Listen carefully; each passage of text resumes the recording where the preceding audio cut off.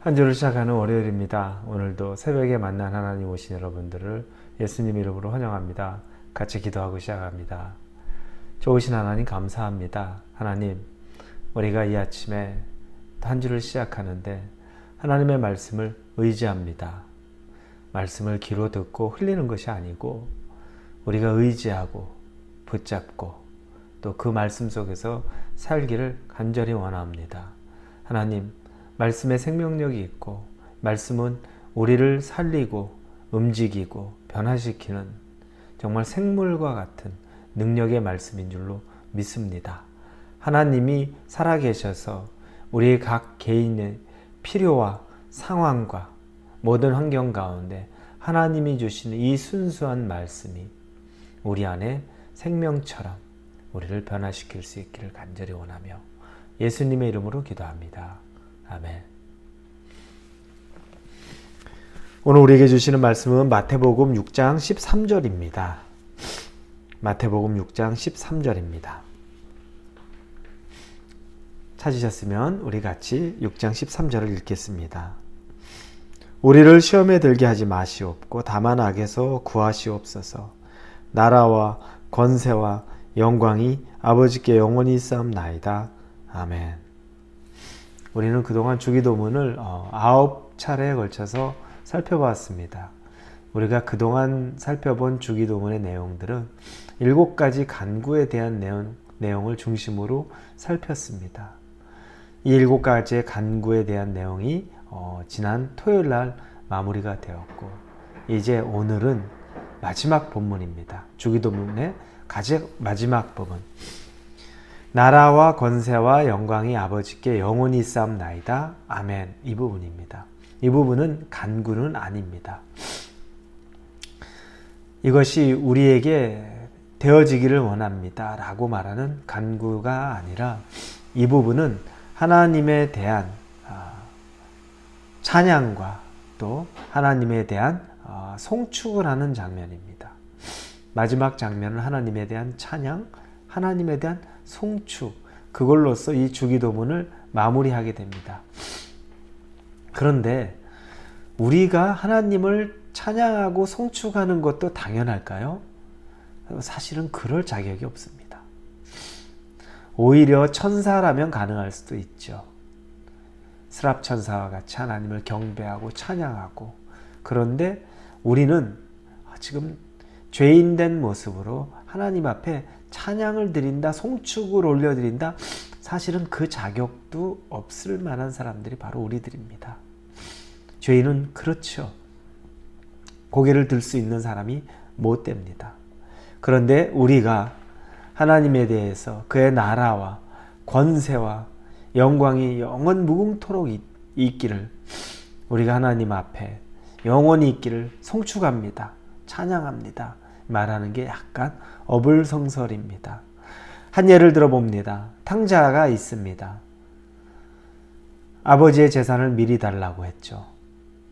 그 시대에 아버지의 재산을 미리 달라고 한다는 건 아버지의 존재를 인정하지 않는 겁니다. 즉 그런 일이 없습니다. 그렇게 한다면 아버지를 죽은 자처럼 취급하는 것과 똑같은 상황입니다. 탕자는 그렇게 했습니다. 아버지에게 미리 내가 받을 유산을 달라, 즉 아버지는 돌아가신 거랑 똑같습니다 라고 고백하고 그 유산을 받아서 먼 길을 떠나죠. 그리고 그곳에서 자기가 받은 그 돈으로 방탕하게 유흥을 즐기고 삶을 즐기다 돈이 다 떨어져서 먹을 것이 아무것도 없는 상황에서 돼지의 쥐업 열매를 먹어야 되는 상황, 그것조차도 먹기 힘들어서 나중에 생각한 건 내 아버지 집으로 돌아가자. 그런데 자신의 죄가 얼마나 깊었는지를 알기 때문에 아버지 집에 작은 아들로 돌아간다는 것이 아니라 아버지 집의 하인으로, 그 집에 노예로 들어가서 그냥 거기서 주는 음식을 먹고 일하며 살겠다라는 각오로 갑니다. 자기가 했던 일이 어떤 것인지를 정확히 압니다. 아버지에게 유산을 미리 달라고 하고 그걸 가지고 가서 탕진했던 것, 이 모든 일들은 사실은 아버지의 입장에서는 받아들일 수 없는 일임에도 불구하고 탕자가 했었고, 탕자는 또 그 일은 용서받을 수 없는 일이라는 것쯤은 알고 있습니다. 그럼에도 너무 배고파서, 너무 힘들어서 노예로 살 바에는 아버지 집 노예하겠다, 풍성한 아버지 집 노예하겠다는 각오로 갑니다. 그러면 여러분, 탕자가 아버지 집에 돌아왔을 때 탕자가 해야 될 가장 적절한 행동은 여러분 어떤 것이라고 생각하십니까?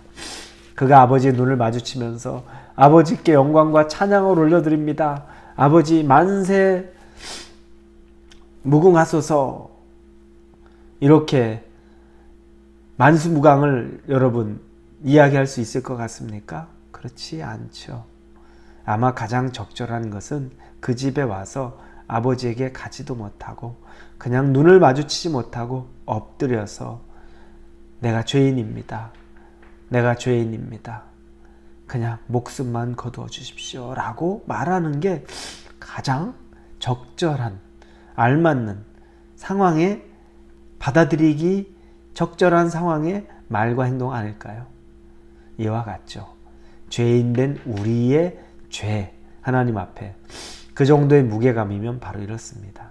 우리가 어떻게 하나님 앞에 뭘 구할 수 있고, 우리가 어떻게 그분의 영광과 권세와 그분이 아버지 영원히 있기를 우리가 나라를 구할 수 있고 그것을 송축하고 찬양할 수 있습니까? 아무것도 없습니다.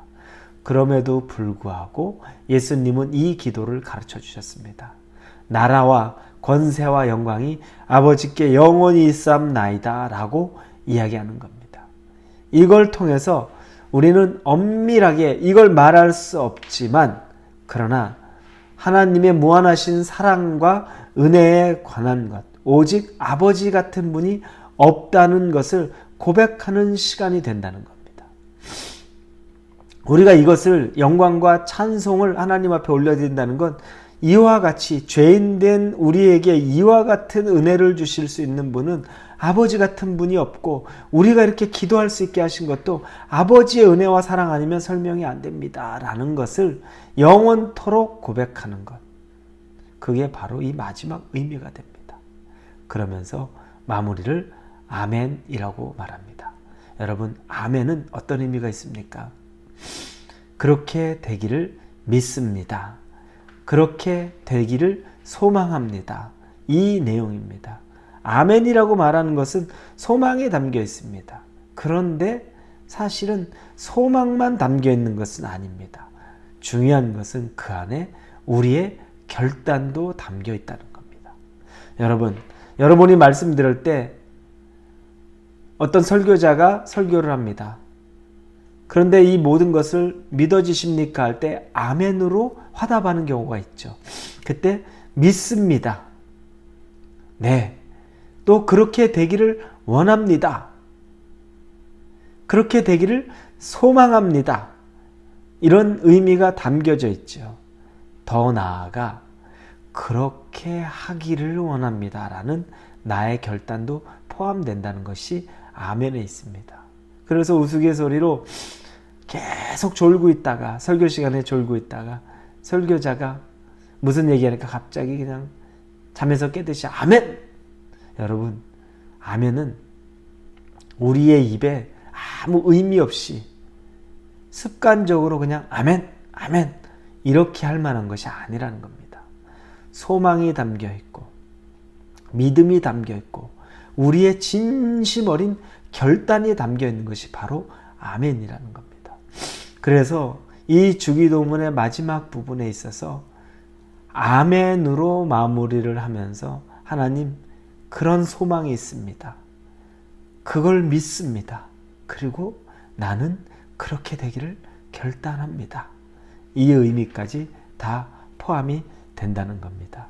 여러분, 오늘 우리는 주기도문을 마무리합니다. 예수님이 가르쳐준 기도는 이렇게 오묘하고 깊은 뜻이 있습니다. 이 주기도문을 그냥 우리가 암송했다고 해서 우리 입에서 절절절절 나오는 의미를 생각하지 않고 습관적으로 나오는 기도쯤으로 생각하지 마십시오.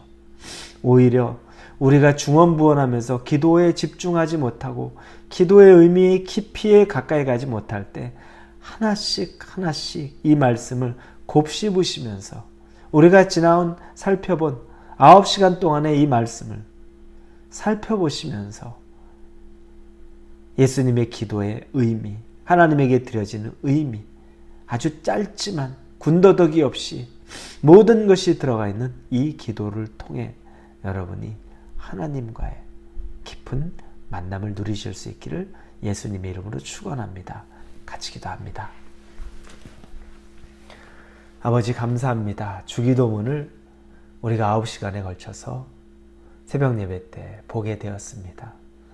기도가 길지 않았지만 깊고 오묘한 의미가 있다는 것을 깨닫습니다. 그리고 오늘 본문을 마무리합니다. 나라와 권세와 영광이 있게 아버지께 영원히 쌓나이다. 아멘. 이렇게 마무리할 때 우리의 소망과 믿음과 또한 우리의 결단까지 담습니다. 주님, 이 기도를 받아 주옵소서. 예수님의 이름으로 기도합니다. 아멘.